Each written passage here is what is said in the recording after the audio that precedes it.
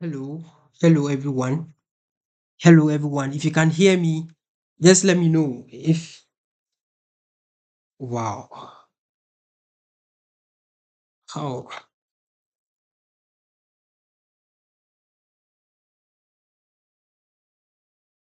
hello, hello everyone. Hello everyone. If you can hear me, just let me know. If wow, how yeah. So if you can hear me, just let me know. You can type in the comment section if you can hear me. So I proceed with what we have for today. Okay, okay. All right. So in the interim, if you guys are not hearing me, you can just let me know in the comment section so I know what to do, right? Yeah. So the issue is it's raining here, so yeah. So if you can hear me, just let me know. You can type in the comment section if you can hear me. Yes, it's raining here, so pardon me for any background noise. Yes, if it becomes critical, I would have to switch to a microphone, right? Yeah. So in a case where you guys can't hear me, just let me know in the comment section so we know how best we can fix things. Right. Yeah. So today is the fourth day of the virtual AI and machine learning training organized by the College Caucus in collaboration with GAD Academy and partnership with Build It. Amazing. So my name is once again, my name is Godsinenchi. I'm the founder of Build It and a machine learning expert, machine learning and AI experts. Yes. So today we are going to continue with what we where we ended last time, and we are going to handle. Last time we ended at Python operators, right? Yeah. So today we are going to look at introduction to strings. We are going to look at introduction to strings and input function. Then we'll move forward to talk about lists, tuples, and sets. Yeah, so that's what we have for today. And to to begin with today's training, we are going to start with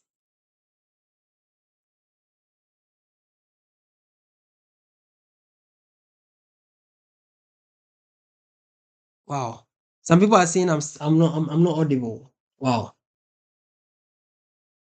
To begin with today's training, we are going to start with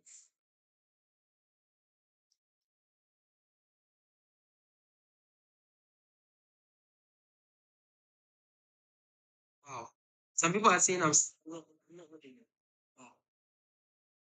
All right, personally, I'm using I tested with my phone and I know I'm audible, so we can just proceed with what we have for today. Maybe your video is lagging behind, so you might not hear me well. All right, amazing. So today we are going to start with strings, and I've already explained what a string is to you, but then we are going to do we are going to have a deep dive into that today, and we see how best we can work with strings. Right. So to start with, we are going to talk about what a string is, right? And in Python, a string is a sequence of characters enclosed in single quotes, double quotes, or triple quotes. Yes. Strings are immutable, meaning they cannot be changed after creation. But you can create new strings from existing ones. I would explain the difference between muta- mutability and immutability. So don't worry about that. Yeah, so we said that a string is a sequence of characters enclosed in single quotes, double quotes, or triple quotes. So this is a string. Realize that we have a sequence of characters enclosed in single quotes. You can also enclose it in double quotes, just like you can see here, or triple quotes. Now, you someone might be wondering, how do I use a triple quote on my keyboard?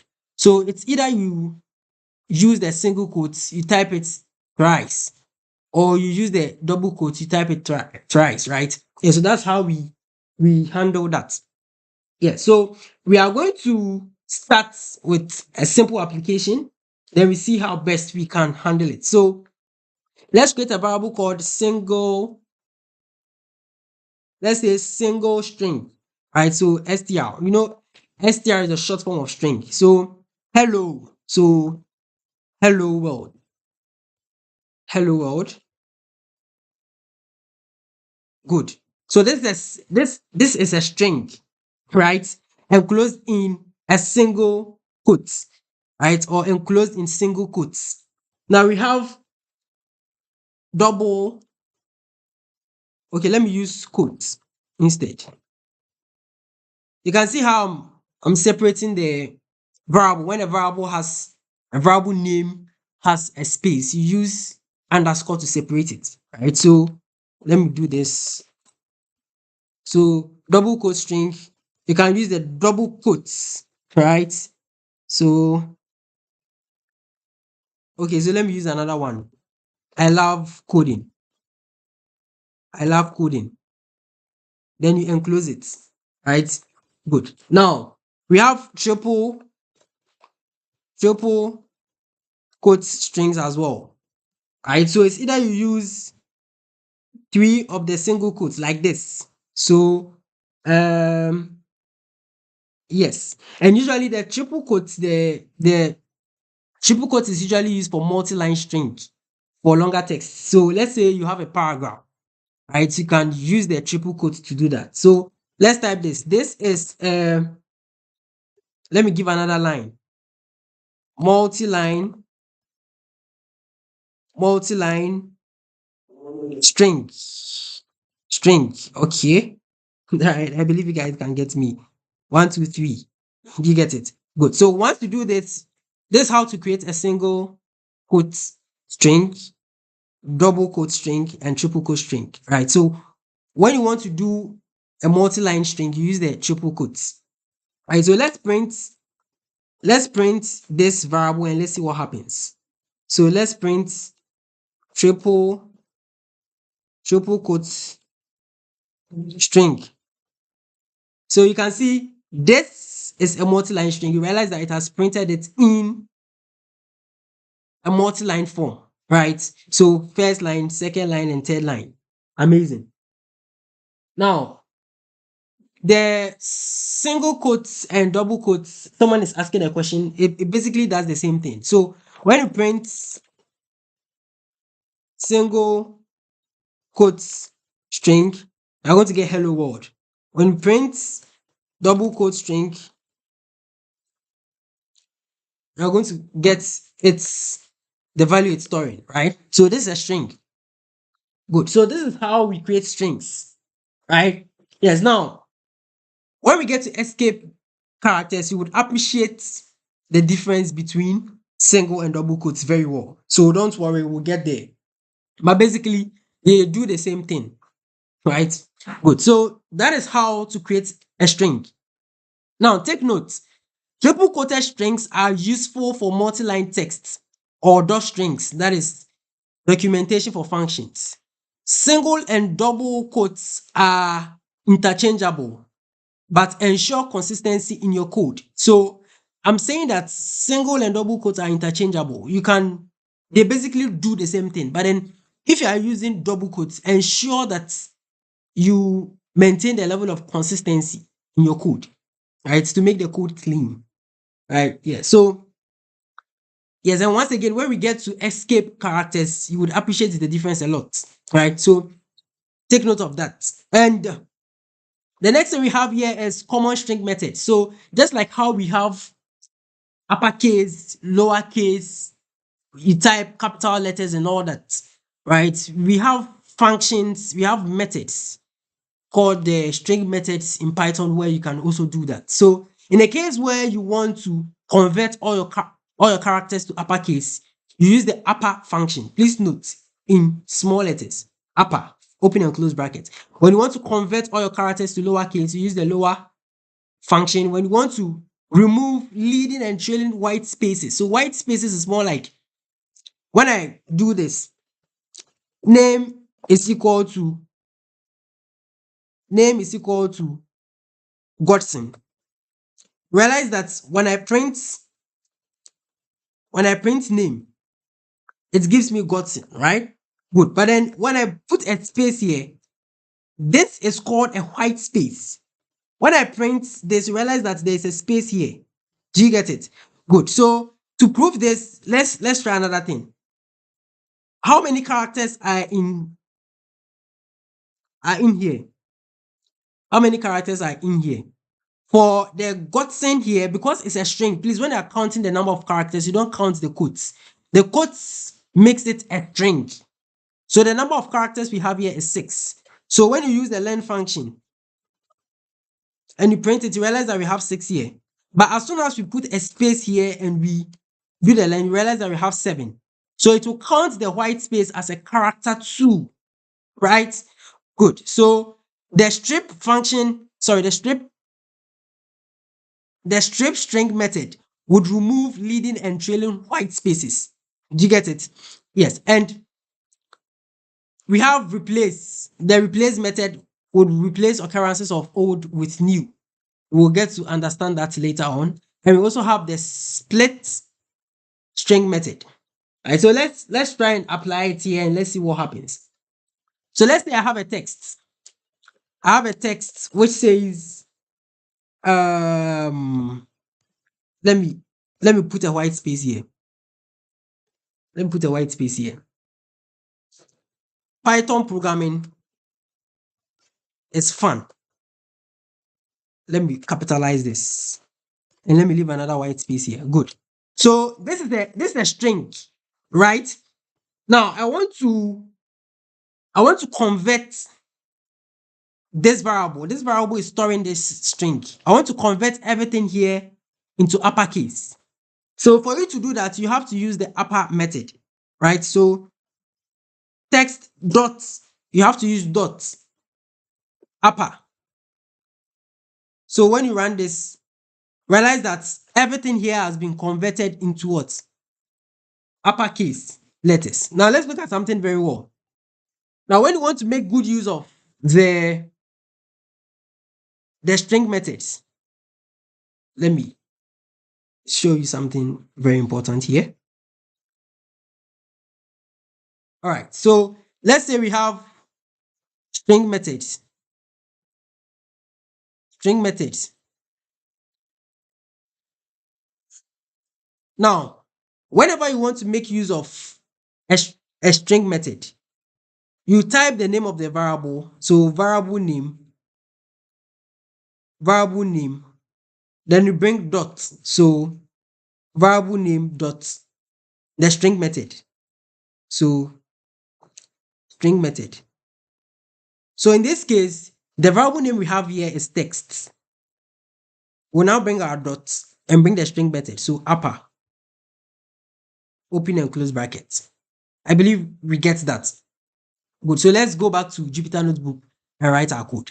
Now, let's say I want to convert this, everything here into lowercase. So realize that when you use the dot lower, when you use the lower string method, it converts everything here into lowercase characters. Good. Now, I want to remove the leading and trailing white spaces here. So for you to do that, you use the strip method. So strip. Realize that it will remove everything here for you, right? Good. Now, let's say I want to replace fun with awesome. This word. I want to replace fun with awesome. Now, what I'll do is that this is the method. The replace method has 2 parameters. So let me quickly change it here for you, so you guys.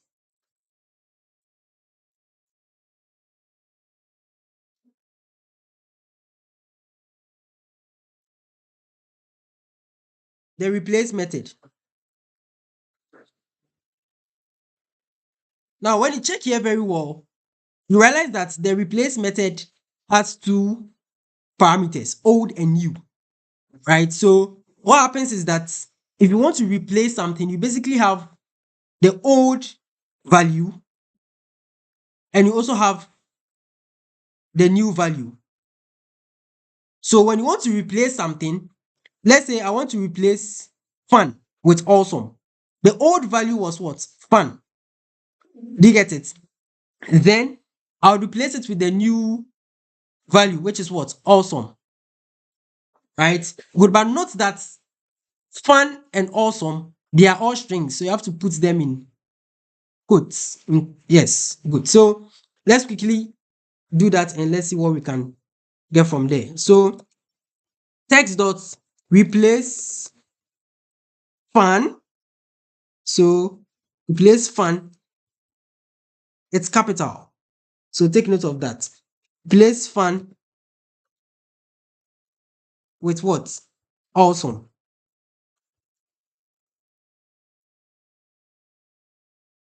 When you run this, you can now see Python programming is awesome, right? So these are string methods. You can try them out. I mean, it's very simple to do that, right? Yes. Now the next thing we have is sometimes when you're coding, to be honest, you can't remember all the methods. You can't remember everything in Python. So when you want to list all the listing, okay, let me put a comment here. Listing all string methods in Python. Now, when you want to list all the string methods in Python, you can basically use the print function to dir str. This is how to print them. So you can see them. There are a lot. There are a lot, but then I only handled quite a few. Right? Good. So you can see split here, just like what I explained to you guys. Yes, you can see split here. You can see lower, right? There are a lot.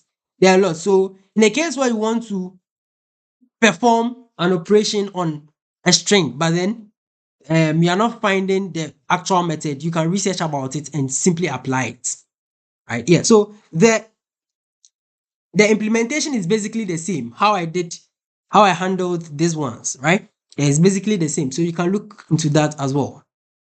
Right. Yeah. So here, when you do this, the output would include methods. So these ones are the methods, the upper, lower, strip. These ones are methods. Just like what I mentioned here, string methods. And we also have attributes. So you can see there are some ones that have double underscore in front of them and after them. So those ones are attributes, right? Yes. So we can see something here. Methods with double underscores are special methods and they are not typically used directly. So when we will get there, you would appreciate it a lot. But then this is just basic. So you can just grasp what I explained here for you. So you see how to do that. Right. Yeah. So let's look at a short trick. To learn what a method does, use the help function or append a question mark in Jupyter Notebook. So in a case where, once again, in a case where you want to understand how a method here works, you can use the help function to do that. So this is how to use the help function. Please note, help function. When I mention function, remember that when I mention function, remember that it would have what? Open and close brackets, right? Open and closed brackets. So example, print function, print, open and close brackets. The input function, input, open and close brackets, right? Good. Let's proceed. So the help function. Now, what do I need? Or what do I want to understand? I want to understand a method in strings. So what I will do is, the short form of string is str. So I'll first type str, then I would bring my dots, just like what we did initially, and type the function name. So in this case, let's use let me select one. Let's use start with start with start with. Okay, so starts. Let me type it here. Starts with. Good. So once you do that, Python Jupyter Notebook would give you the details, right? So help on method descriptor. Starts with dot dot dot unbound blah blah blah. These ones are not relevant. Returns true if S starts with the specified prefix.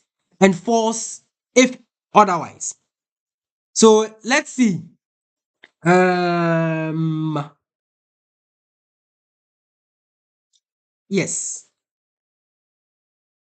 right. Let's try another one. Let's do the ones that we handle. Lower. So return a copy of the string converted to what? Local, sorry, converted to lowercase, right? Good. So that is what the help function does. Another way to do that is the type this one, what you just did here, without a help function. Right. So type this. So let me copy it and paste it here. And append the question mark. So when you do that, it would give you, so this is the dot string. It would return a copy of the string converted to what? Lowercase. Simple as that. Right? And so that's how you can do that. Now, there's an interesting topic here, which is called escape sequences in strings. Now, escape sequences allow you to include special characters in strings using backslash. Think I didn't, yes. Using backslash. Now, guys, look at something. When this is a markdown, right? When I run this cell, realize that the backslash is here. The backslash is here. But then when I run it, it doesn't show. Right? Now, this brings us to a very interesting topic.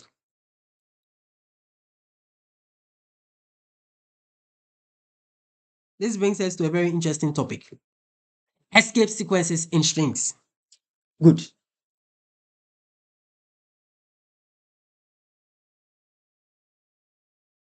Good. Amazing.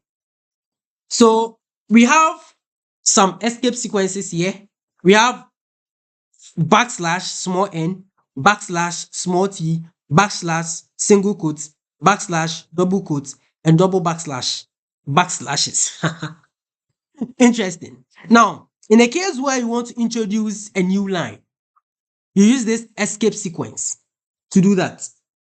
Right? So let me demonstrate that for you so you appreciate it well. So let's say I have a paragraph. So let me name this paragraph. Right? So let me create a string. So let me use double quotes. Good. Now, in this case, I want to write Kojo is a good boy. Now, at this point, I want to write another thing, or I want to produce another sequence of characters on the next line. When you want to do this, you use this escape sequence to do that. Right? So backslash, please note the difference between backslash and forward slash. Let me explain the difference between backslash and forward slash for you. Now, this is backslash, this is backslash, and this is forward slash. So forward, forward slash, and this is backslash. One way to differentiate between forward slash and backslash slash is forward slash leans forward. So you can see it. It leans forward, right? And then backslash leans backward. You can see it from here. Right? So that's the difference between forward slash and backslash. Good. So when I do this, I can now proceed. Kojo is a good boy. He attends KNUST. Right? Now let's print paragraph and see something. Print paragraph. Realize that you can see Kojo is a good boy. He attends KNUST on the second line. So this escape sequence would create a new line for you. But note that because there's a white space here, that is why it's created this white space here. So you can remove this white space and just run it like this. You get it correctly. Right? So this is how to use the new line escape sequence. Right. Good. Now there is also a situation where you want to create a tab. Tab. I don't know if you guys have tried using tab before. The key right above the caps lock key. Let's quickly do a research.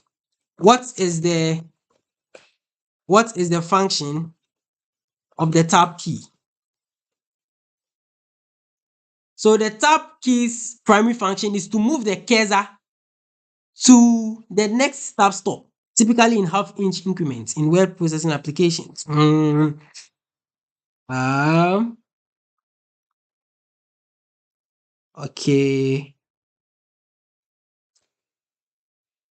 But let me demonstrate it here for you guys to see something. Let me demonstrate it here.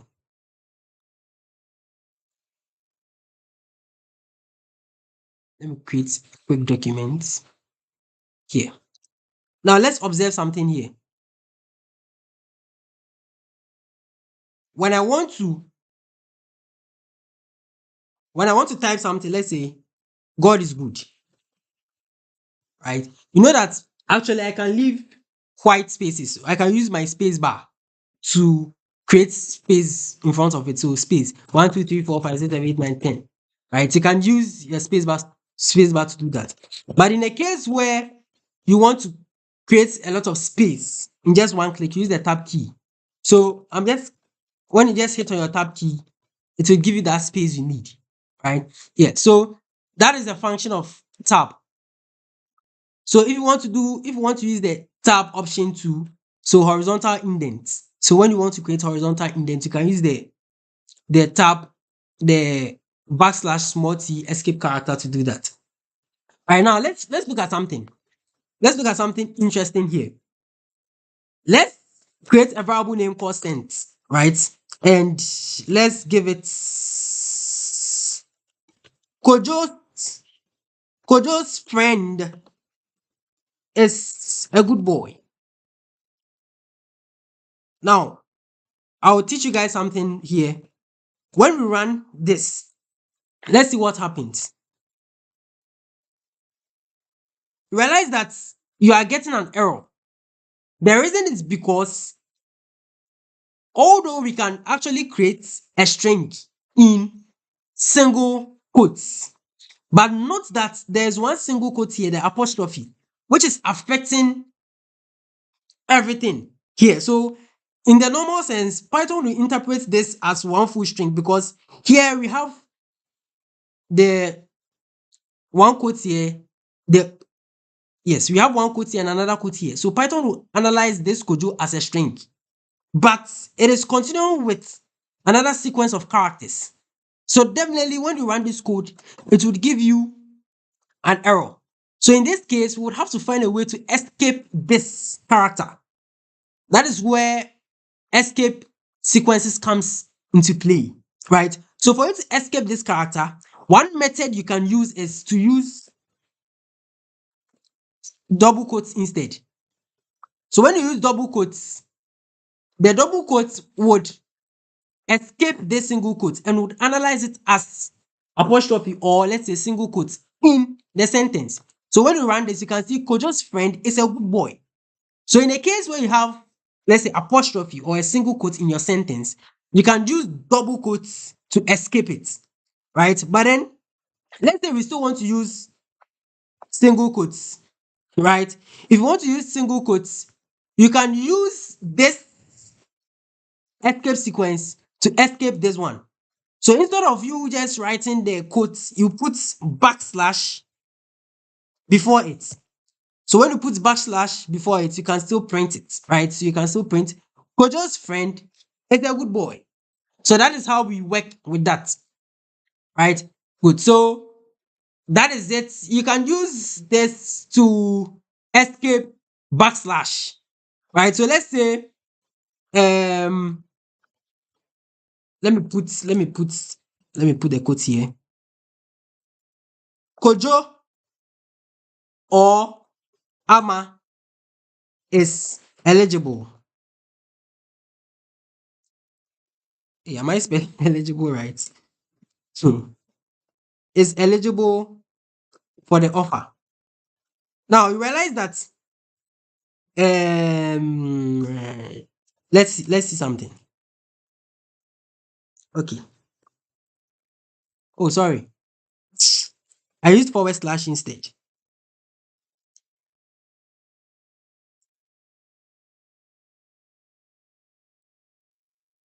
Good. So you realize that there's this warning: invalid escape sequence, right? Invalid escape sequence. So for you to escape this, you know that in actual sense, in normal English, we can actually, all right. So for you to escape this, um, good. So you put the backslash in front to escape it. So you put this backslash in front of this backslash to escape the backslash. Now we place the backslash in front of the single quote to escape the what? The single quote. Now if you want to escape double quote too, you can do that by putting backslash before it. Right. So this is what we call escape sequences in strings. Right. It's very, very simple, and I believe you guys can try more examples to appreciate that. Right. Once again, I will share the Jupyter notebook file with you guys with a detailed explanation. So you don't have to worry about a lot of examples, right? Good. So the last one we have is the input function. Right. So the input function, sometimes you would want to take details from your users, right? How do you do that? You do that by using the input function, right? So the input function captures user input as a string. Please let's note that. It captures user input as a string. You can prompt the user with a message and store their response in a variable. So let's quickly try it out, and let's see how best we can appreciate input function in Python. So let's say you are building an app, right? And you want to take the name of your user. Right. So let's create a variable name called name. Amazing. Now, when you want to take the the name of the user, you have to use the input function, because we said the input function captures user input. So here, this is how to go about it. Inside the input function, inside the brackets, you can type in the string, right? Good. So here, let me use double quote. So enter your name, colon.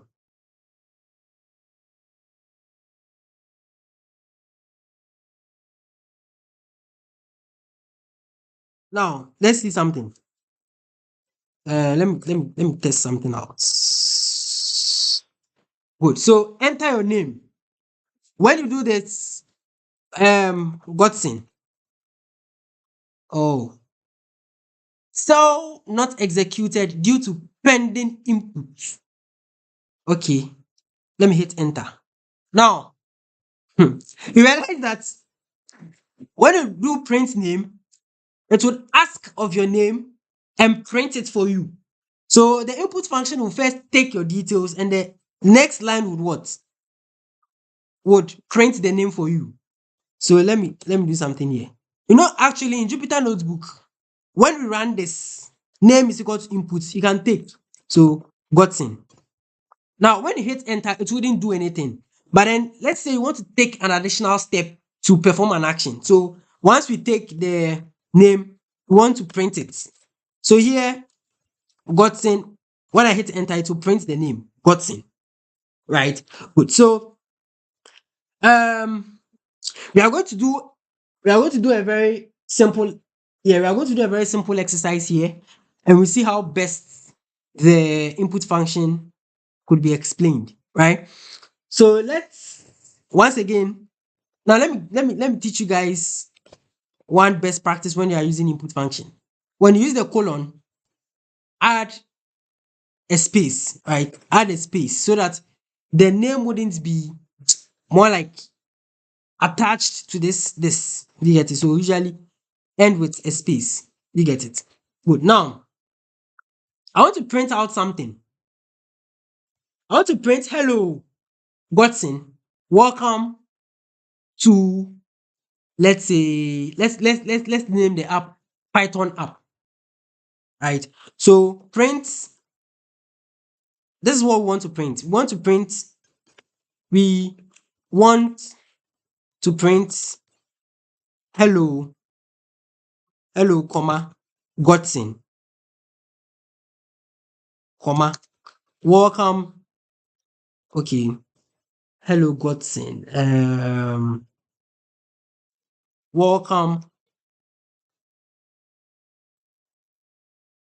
Okay, welcome to our Python app. This is what we want to print. Now, note that when we take the inputs, it will be stored in the variable, in this variable name. Now, in Python, I explained something to you guys last time that in Python, when you want to print, um, let's say word is equal to jump. Now, when I print word, this is it, right? Good. Now, you can also use the print function directly. So, print jump. You can also use it directly. Do you get it? Now, this brings us to this concept. We can actually print this twice by doing something like this. So in a case where you have the print function, in a case where the you have the print function, print function with, let me change this to red. In a case where you have the print function with a string inside and a variable inside the print function, separate them, separate them with a comma. Separate them with a comma. Right? Good. So let's say I want to print this. Let's say I want to print hello Godson. Welcome to our Python app. Now, the name Godson would be stored in this variable name. So for us to do that, we would first have our first string. Our first string would be what? Hello.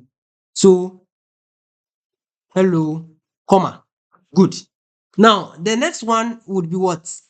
Godson. Godson would be the inputs that would be taken from this input function. Now, this is a variable. So you have to separate it with what? A comma before you can bring it. Please note that. So hello name, comma. We want to introduce another string. So comma, and we now introduce our string. So sorry. The next string is what? Welcome to our Python app. So let me put this here. Oh, let me copy this wall. Good. Welcome to our Python app. Now let's see what happens. This wouldn't be accurate, but then I want to use that to demonstrate something to you. So first, let's input our name, Godson. Now, hello, Godson. Welcome to our Python app. Now you realize that it's quite similar to what we have here. The only difference is that there should be a comma after the name Godson, which is not appearing here. So for you to do that, you can you can put the comma here, right? And it would work. Because you can't put a comma here because this is a variable name. This comma would not introduce the comma here. I told you guys that when you have the print function, you have a string inside and you also have a variable inside. You separate them with a comma.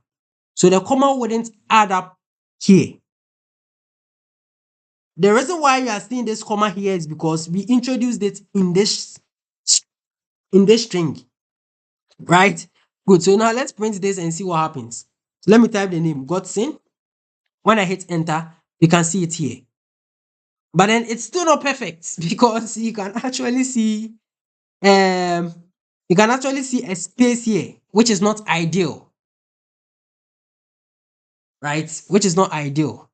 So because the comma is attached to this side. So what you can do to make this perfect is how do we handle this? Okay. I'll probably have to leave this for you guys to try it out. Still, yes. So this is actually a very simple thing, but then I want you guys to try it out because I want to test your mind if you understand the comma here and the comma here. Right. So this will be a short exercise for you guys to try it out. Right. So this will be your first exercise because ever since we started this live event, we haven't had any exercise yet. So as soon as you get to this point, do well to solve this problem and keep the file because before we would award your digital certificates, we would request all the exercises you would have to complete before we proceed with giving you your digital certificate. So this will be your first task for you to solve, right? Good. Now, an additional exercise would be given to you on the page where you would have to capture a user's name and convert the name into lowercase or uppercase. That will be another example for you guys to try your hands on. Right. So this brings us to the end of introduction to strings. Yes, this brings us to the end of introduction to strings in Python and input functions. Right now, we are going to look at something very, very interesting in Python, which is called data structures. So let's quickly do what is data structures. Data structures in Python. Right. Now, data structures in Python are specialized ways of organizing and storing data for efficient access and manipulation.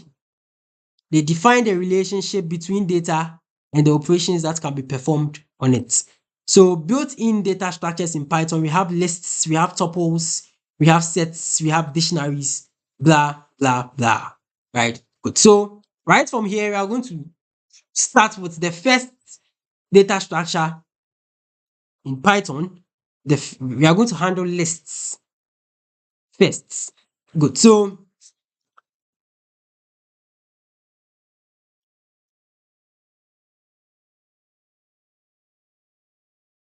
all right. So let me quickly load my. Did I just close this WebSockets? Okay. All right. I did it. All right. Good. So we are going to look at lists in Python. Please take notes. This is very, very important because we are going to apply it when we get to the data analysis part of machine learning. Before, yes, Python with data analysis, like the intro, right? So you guys would have to pay close attention to whatever I'm about to teach today because it's going to be very, very practical. So please pay attention to it. Right. Yeah. So when we talk about lists, what do we what's yes. So let me quickly explain what a list is in Python for you. Okay, so in Python, a list is an ordered, mutable collection of items. Lists can store elements of different data types. So last time I explained what a data type is to you guys. We have integers, we have strings, we have floats. Yes.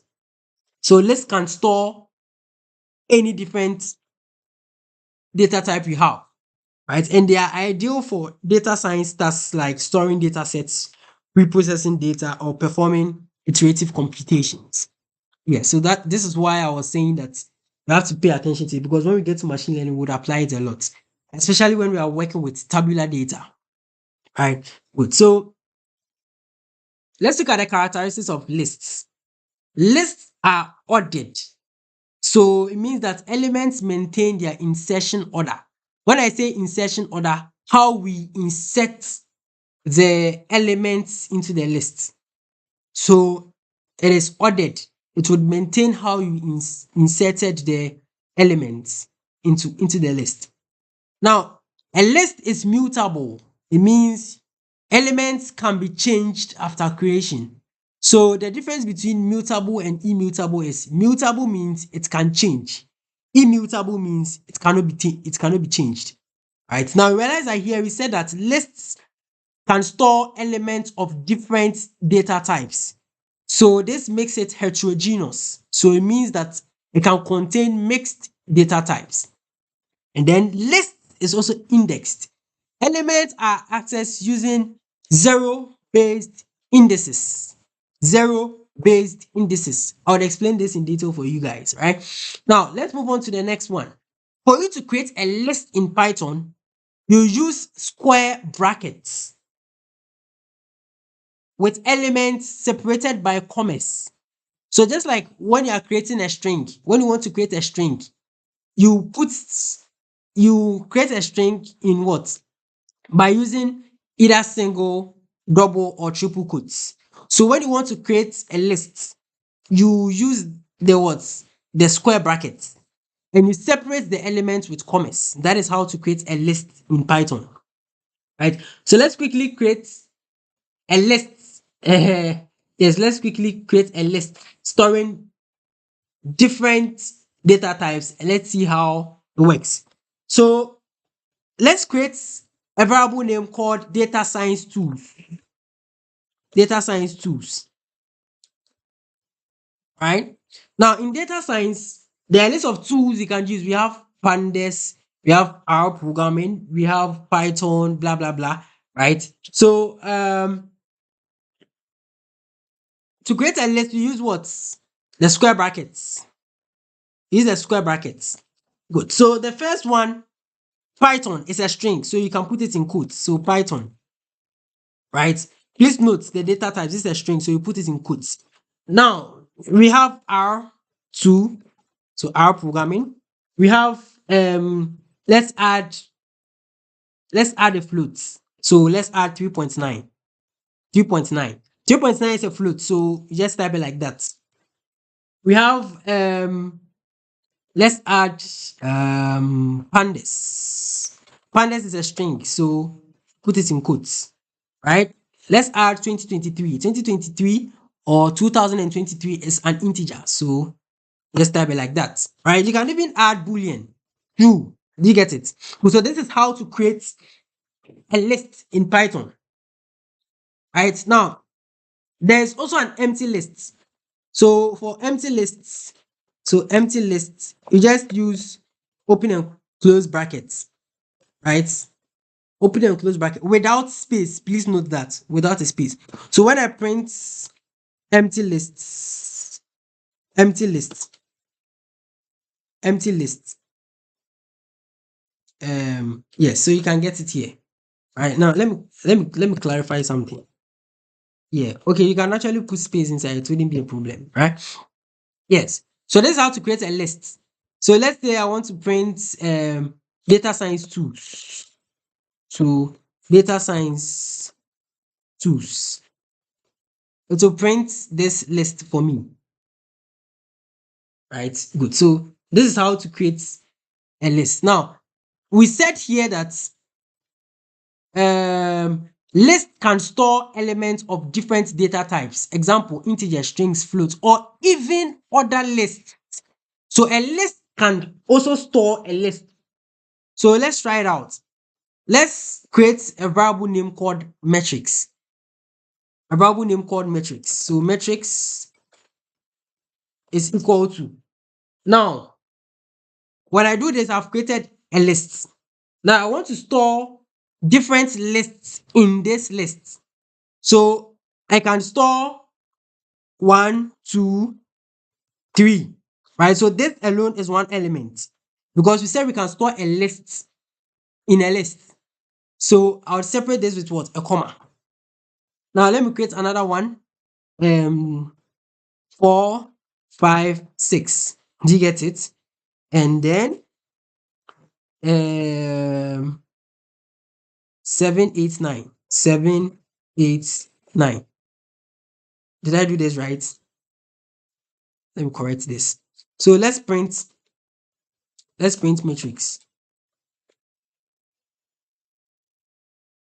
Good. So you can also store a list in a list, right? Good. So that is how to handle that. Right now, I'm going to look at another interesting thing. List can be created using the list constructor. So you can also use this to create a list. So let's say you want to create a list of values, right? So let's do this. Let's do this quickly.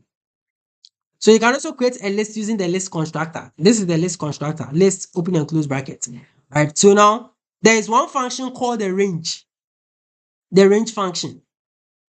Is it range function? Let me confirm this for you. Um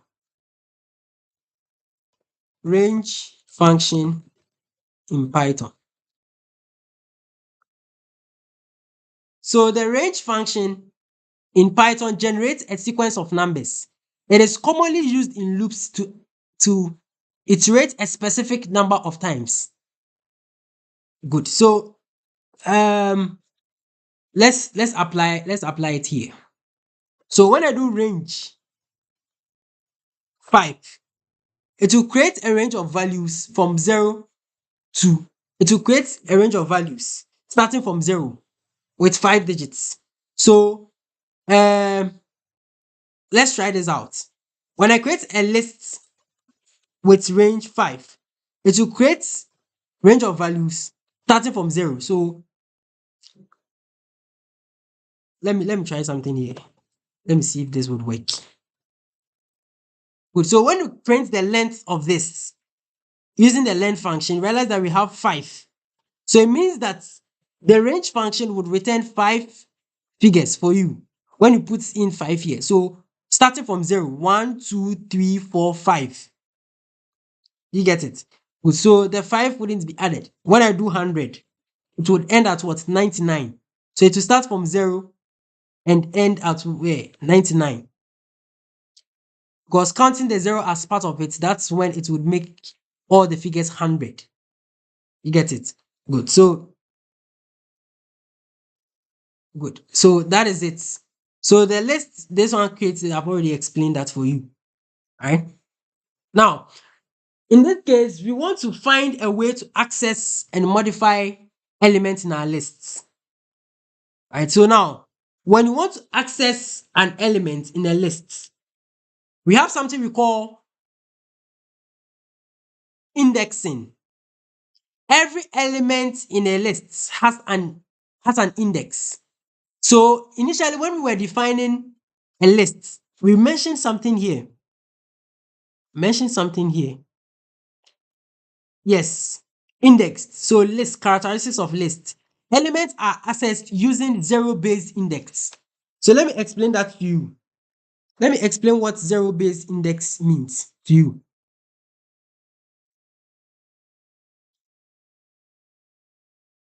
Let me explain zero-based index to you.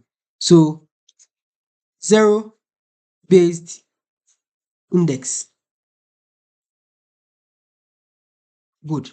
Now, when I create a list, so let's say list is equal to 2.9, 0.3, 2, Sonic, Sonic. Right? This is a list. Now, in Python, we set that one characteristics. Okay, no, it's here. Yes, when we were talking about the characteristics of list, we said it is what? Index. So elements are accessed using zero-based indices. Zero-based indices. So what it means is that the first element has index of 0. The first element has index of 0.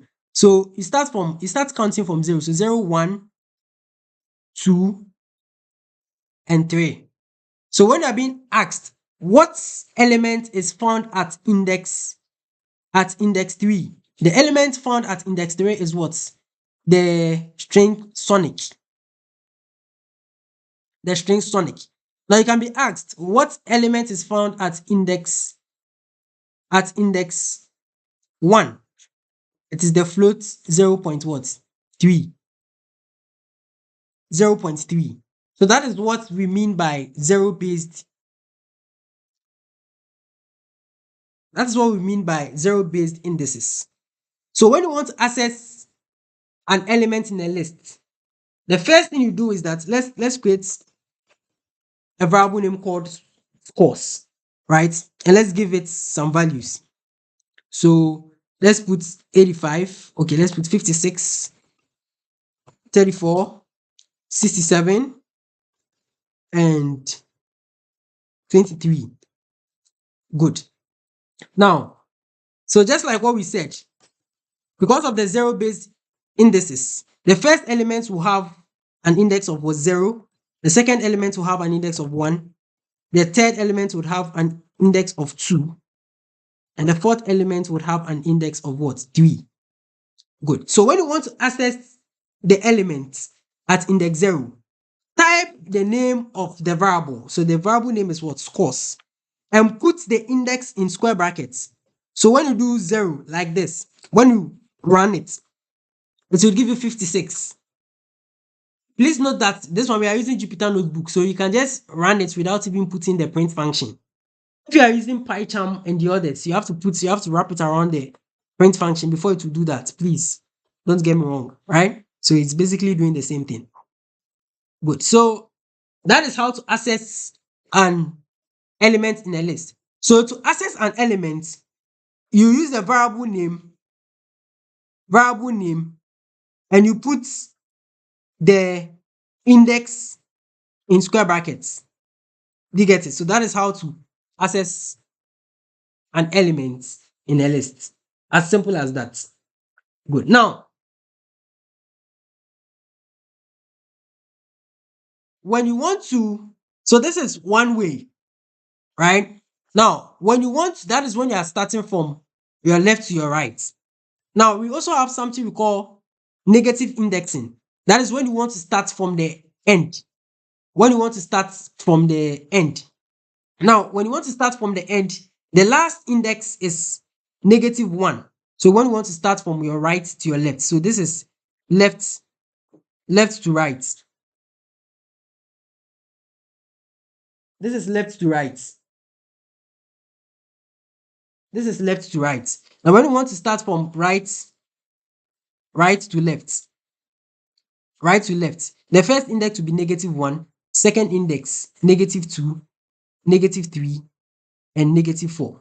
So it means that 0 and -4 here are on the same index level. Please note, this one can change. The latter parts can change. So when I want to print out the same way we did to scores, this way, when we are counting from right to left, this one will be -1. This one will be -2. This one will be -3. And this one will be what? -4. Let's take note of that. So if I want to access element 56, I can either use the positive indexing or the negative indexing. So when I put -4 here, you realize that it will also print 56 for you. Right? So that is how it works. You get it? Good. So let's take note of that as well. Right. Now, there is something we call slicing. Slicing. There's something we call slicing. Let me see if I have the note here.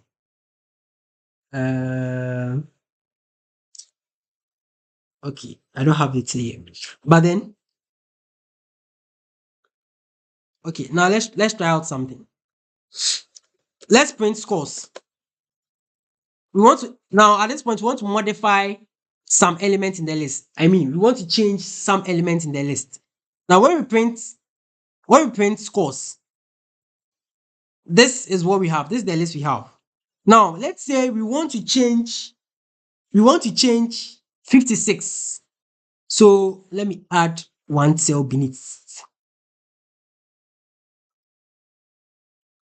We want to change, we want to change 56 to 102. Now, when we want to do this, for us to do this, we do this by modifying the element. So before you can modify an element, you have to access it first. So how do we access 56? 56 is the first element. So the first element has an index of what? 0. So first type the variable name and access it. So index 0. This is how to do that. Now, when you do this, you've accessed the element. So we now have, when we print this, we now have 56. Right now, we want to modify it. So if you want to modify it, you now assign it to the figure you want to change it to. Right. So let's say in this case, we want to change it to what? 102. So 102. Right. So let's print scores and see. Scores. You now see that it has changed from 56 to what? 102. You get it? Now, this is very simple. Now, let's say we want to change the last element. We want to change the last element to 897. So we know that the last element, we are basically counting from what? The right to the left. So the last element would have an index of -1. So for you to change that, you can just access it. So scores, and you access it, right? So -1, and you set it to what? 897. Now, when you print scores, the updated list will be 102, 34, 67, and what? 897. So that is how we modify elements in the list.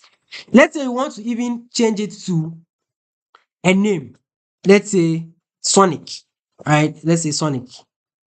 So the name Sonic here is a string, so you have to put it in quotes. When you print this, you can now see it here, right? So that is how to modify elements in a list. Now, there is something here which talks about, yes, which talks about slicing. So slicing syntax, let me explain this to you. We have something we call slicing. That is when you want to access a range of values in a list. So this is the syntax: start, end, and step. So let's look at slicing. Slicing. Let's look at the concept slicing. Slicing. So slicing. Slicing. So this is the syntax: start,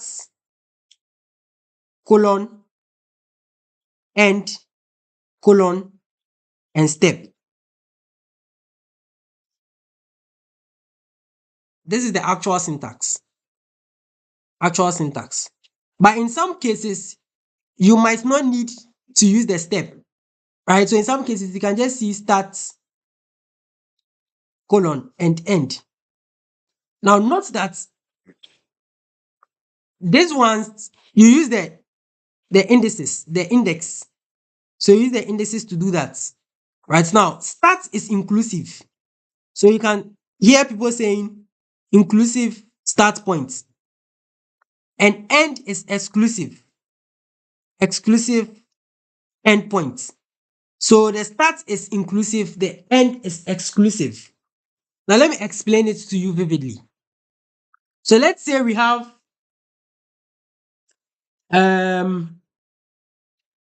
let me create one cell here. Let's say um let's print scores. Let's print scores and let's see the values we have now. So we have Sonic, we have 102, 34, 67, and Sonic. Good. So let me quickly write it here. 102, 34, 67. Let me write it here. 102, 37, Am I right? Let me check it out. Yeah, 102. 102, 37, 67, and Sonic. So 67, 67, and Sonic. 67 and Sonic. So the first index would what? The first element would have index 0.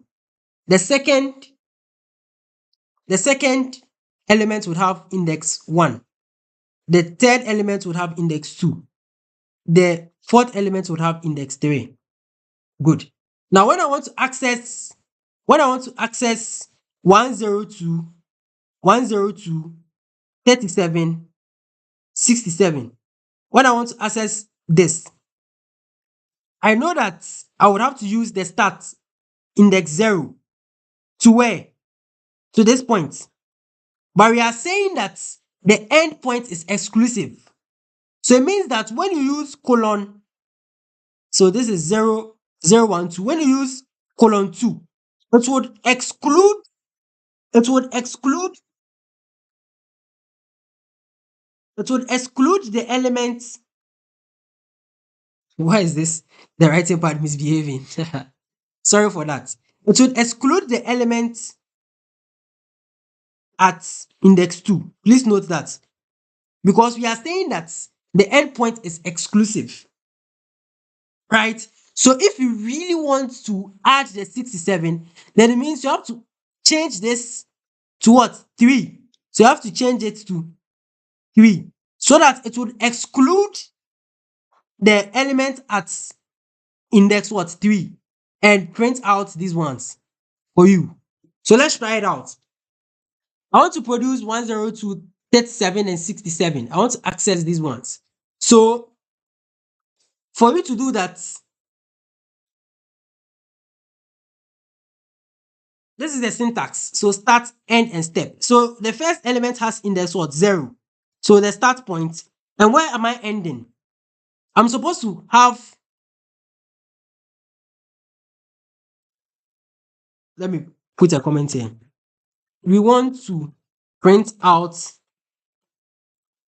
102, 34, and 67. Good. So we are saying that the the start point is inclusive, but the end point is exclusive. So let me edit this thing. Let me put inclusive. So inclusive starts, exclusive, exclusive end. Okay, good. So I want to, so you know that here,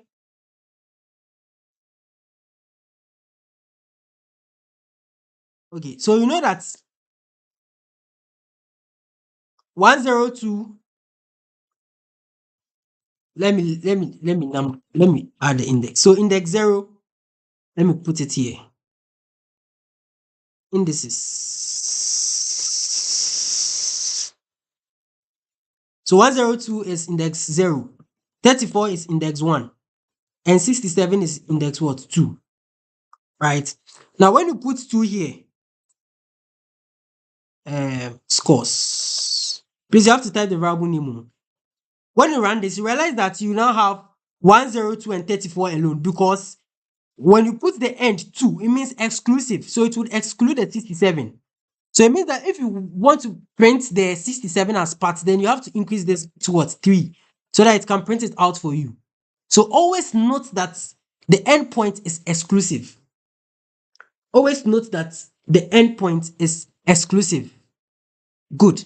Now let's introduce the step. Step is more like the number of times you would want to jump. Do you get it? So let's try this out. Let's try this out. I want to print, so let's say scores 0 to before that, let me print scores here so that you guys will know what we are doing. Print scores. So this is scores, right? So I want to print from 0 to I want to print everything. everything. So here 0, 1, 2, 3. So if I want the sonic to be part, I have to make it 4. So that once when I print it, it would add everything. But then step would show you the number of times you would want to jump. So actually, this we are stepping by 1. So when you step by 1, it will just jump once. So like this. Um so this is it, right? So we have 102, 37, 60. Is this 67? Let me check it out. 34 instead. Sorry. So 34, 34, 67, 67, and Sonic. Why is it that this thing is misbehaving?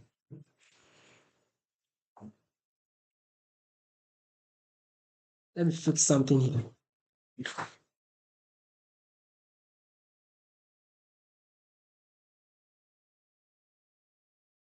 Amazing. So index 0, index 1, index 2, index 3. Now when you jump once, it means from here, I jump to here once. I jump to here once. So this is a step of what? 1. But then if you want to print 102 and 67, it means you have to step twice. Because when you step twice, let me rewrite it. 102, 34, 67, and Sonic. From here, when I stepped twice, it will be 1, 2. So when I step twice, it will get me to what? From 102 to what? 67. Now, with this one, when I step twice, it would send me outside the list. So when I only want to print 102 and 67, I can just do this. I can just do, we want to print, um, we want to print, we want to print only 102 and 67. So when you want to do this, it is very simple. When you want to do this, first type the variable name and let's do the slicing. So index 0 colon. Where do I want to end? I want to end at, I want Sonic to be part, right? So instead of this, I'll make it 4. Do you get it? Now, for me to get access to 102 and 67, I have to step twice. Colon. I have to step twice. So when you step twice, realize that you can now have this. You get it? So that is the meaning of step. That is the meaning of step. So the actual syntax is inclusive start, exclusive end, and what? Step. So that is how we do slicing, right? That is how we do slicing. I would give you guys, I would give you guys an exercise.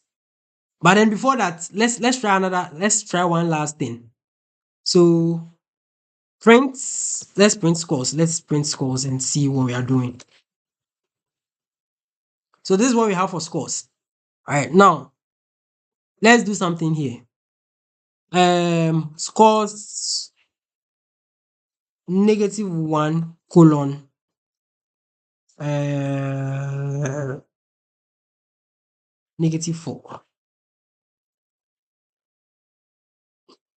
We are getting an empty list. I would want you guys to go and find out why this is giving an empty list. Because we said that when we want to access elements from the right to the left, use negative indexing. But why is it that when we do it like this, it doesn't work, but it gives an empty list? Right. Good. I've remembered one concept in um I've remembered one concept in list slicing, which is all inclusive. Now look at something. You realize that when I just use the colon, it is all inclusive. Now let me explain this to you. Let me give another example and explain it well.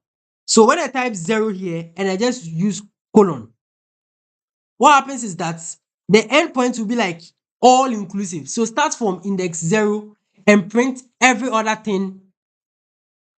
Yes, and print every other thing. So when I start from index 0 and I print every other thing, it will give me all the elements in the list. So when you just use colon without adding an index, it would assume it is all inclusive, right? It would assume it is all inclusive. So let's do another one. Index 1. So when you do index 1, it means you are starting at what? 34 and all inclusive. So it will print 34, 67 and Sonic, right? Well, this is another concept. Now you can also do it on the left hand, on the right hand side too. When I put 4 here, it will print here, it will analyze everything here as all inclusive. So the start point, it would say all inclusive. So it will start from the original place and print everything. The reason why I are seeing Sonic here is because we are saying that the endpoint is exclusive. So before we can introduce Sonic, we have to add 1 to it, because actually Sonic has an index of 3, not 4. But because we want to introduce Sonic, we would increase it to 4 so that it can include it. Because we said the endpoint is exclusive. All right, good. So that is it for list slicing, right? If you want to print everything, here it will be all inclusive. Endpoint will be all inclusive. So it will print everything for you. So there's another concept in list slicing. Hey, I would have forgotten this thing. Right. Now we have list operations. You can do concatenation, just like how we did for string concatenation. Right? You can add different lists. So let me quickly do that. Let's say list 1 is equal to 1, 2, 3, and list 2 is equal to hey, I didn't do this well. It's supposed to be comma. 4, 5, 6. So 4, 4, 5, 6. Right? You can combine them. You can concatenate, right? So combined, so let's say combined lists is equal to lists 1 plus list 2. Now when we print combined, it will actually,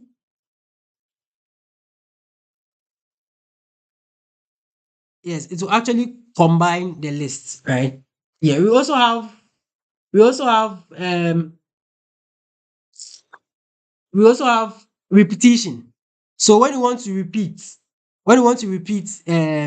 let's say list 1. So before that, let me add a cell beneath. So let's print list 1. So list 1. Right. Now when we want to repeat this, use asterisk to do that. So you can actually do, so let's say let's give it a variable name called repeated. So repeated is equal to, so when we want to repeat 1, 2, 3 this list, when we want to repeat it twice, we can just type the variable list name and use the asterisk to do the repetition. So we want to repeat it twice, so just do it times 2, right? So let's print repeated. So you can see 1, 2, 3, 1, 2, 3, right? So this is these two things are called list operations, right? Good. Now we have something we call membership testing. So in a case where you want to test if an element is a member of a list, right? Yeah. So let's say we create a variable name called food. So food, we have rice, we have fufu, and we use fufu, and we have let's say soup, right? Good. Now we want to check if an element, let's say banku, we want to check if banku is part of the list food. So when we print food, this is what we have. These are the elements we have in the list: food, rice, fufu, and banku. Now later on, we want to check if sorry, rice, fufu, and soup, right? Yeah, later on we want to check if banku is part of the list food. So when you want to do that, you use the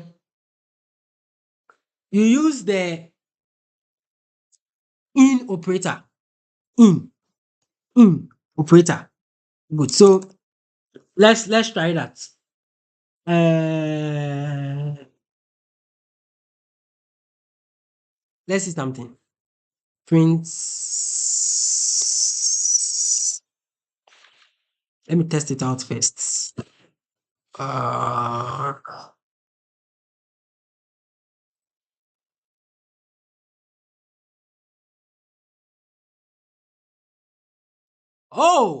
I'm getting an error. Invalid syntax. Invalid syntax. Wow. Let me quickly solve that.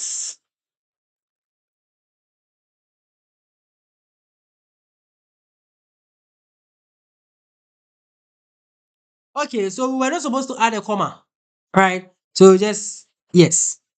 Now, you see, we are testing membership. So it would return a boolean value. It's either it's true or false. So it's Banku in this food list. No. So it will return false. Right? Let's try rice. It will return true. Now let's try rice in lowercase. It will return false because the one here we said Python is case sensitive. The one here is capital, right? Good. So that is how to work with that to check membership. You use the in operator. Now, when you want to check the length of a list, right? Use the len function. I've already explained that. So let's do it. So len of food, it will return 3 because there are 3 elements in the list. So that's the length of the list. Right. Yeah. So um we have more concepts. We have list methods. We have list methods. We have um append and the rest. Right. Let me see if there's another one. Yeah. So we've really done a lot of concepts today. I don't want to compile a lot, else you guys will be confused, right? Yeah. So let me see uh if I can get. I'll share this Jupyter notebook file with you. Right? It has a detailed content, so it will explain everything in detail for you guys. So let me quickly use that side to explain list methods for you guys, so you get to understand what I'm trying to say.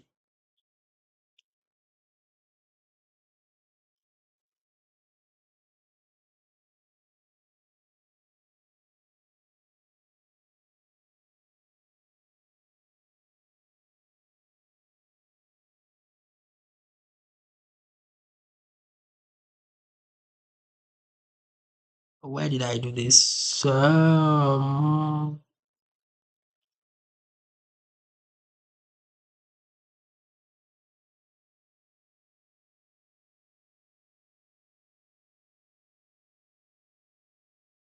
Okay. Now list methods. We have quite a number of we have quite a number of methods you can use in list. So let's say append. You want to add an element to the end.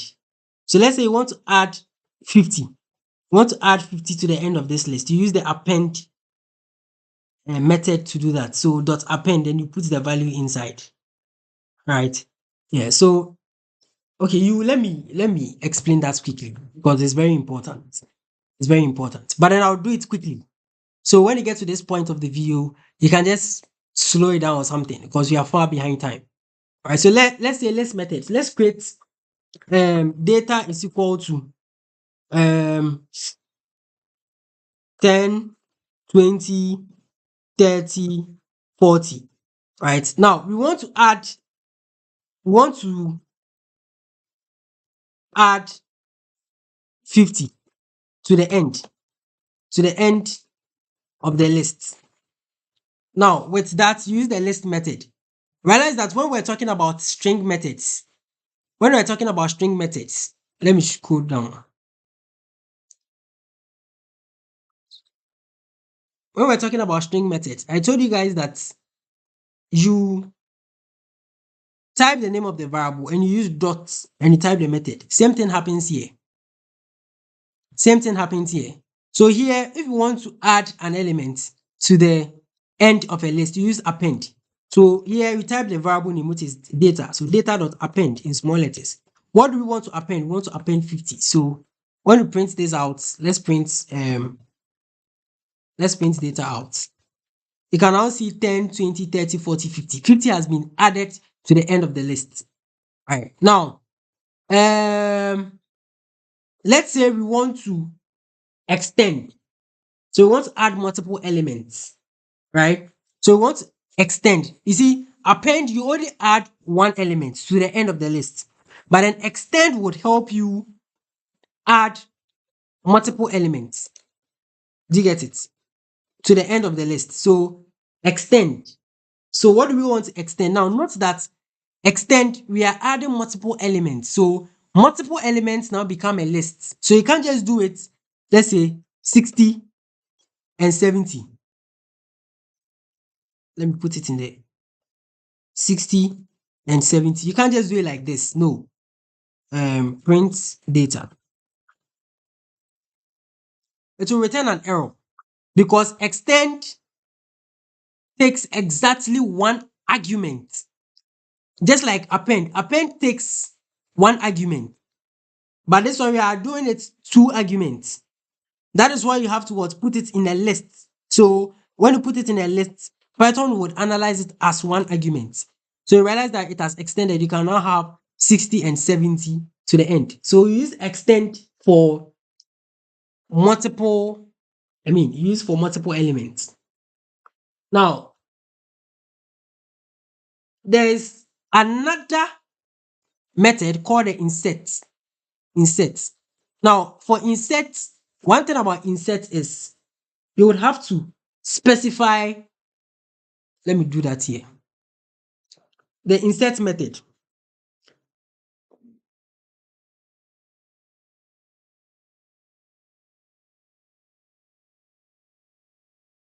The insert method. Good. Now, insert. Now, insert takes two arguments. Insert takes two arguments. The first argument is the index. So the first argument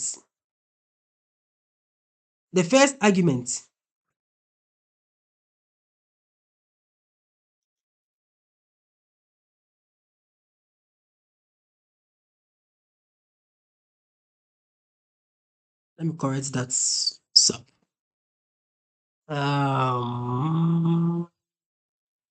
sorry. Okay, all right. So the first argument is the index.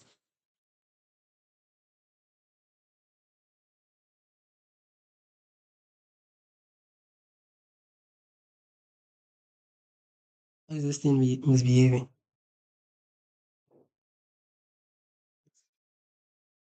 I don't know why, but it seems my writing pad is misbehaving.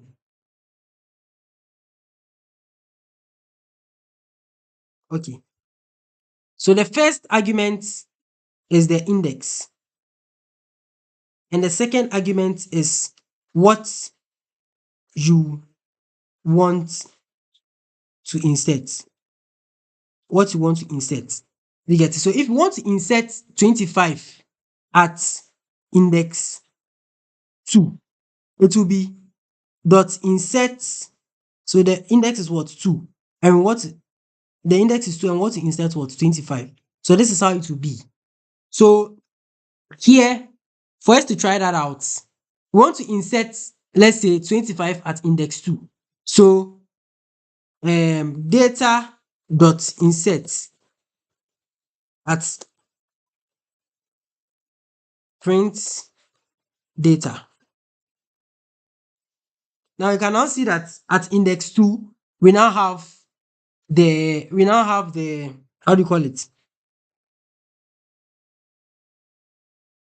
Yes, so this is index 1. This is index 1. Sorry, this is index 0, index 1, index 2. So it has inserted 25 at index 2. That is how the insert method works. Right? There are a lot of methods. When I share the Jupyter notebook file with you, you guys can appreciate it a lot, right? Yes. So we have sorts. It can sort the list in place. We have reverse. It can reverse the list. So let me do that. Um, print data dot reverse. Oh, it's not working. Um,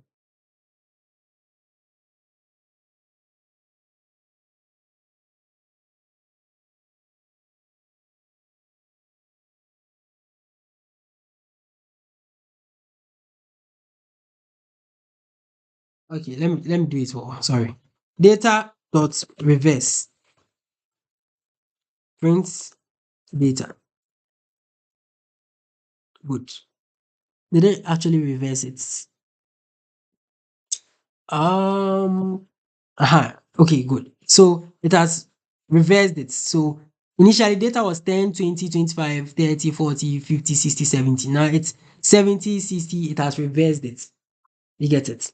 Now we also have sort. Think data dot sort print data. So now sort it. You see, sorting is more like it would rearrange the list. Do you get it? Yes, it will sort as well for you. We have copy. You can create a copy of a list that is dot copy. We have what else do we have? We have dot remove, and we have pop two. So you guys, when I give you the Jupyter notebook, you can research about it, right? Yeah. So this brings us to the end of today's session. Next time we are going to talk about tuples.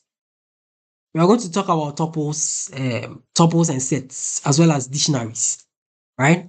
Yeah. So once we are done with that, then we now move on to control flow. Then we talk about loops, right? And probably next week we start with functions. Then we'll pause with the basics for Python programming. Yes, pause with the basics for Python programming. Then we can move on to machine learning. Right. Yeah. So thank you very much for participating in today's session.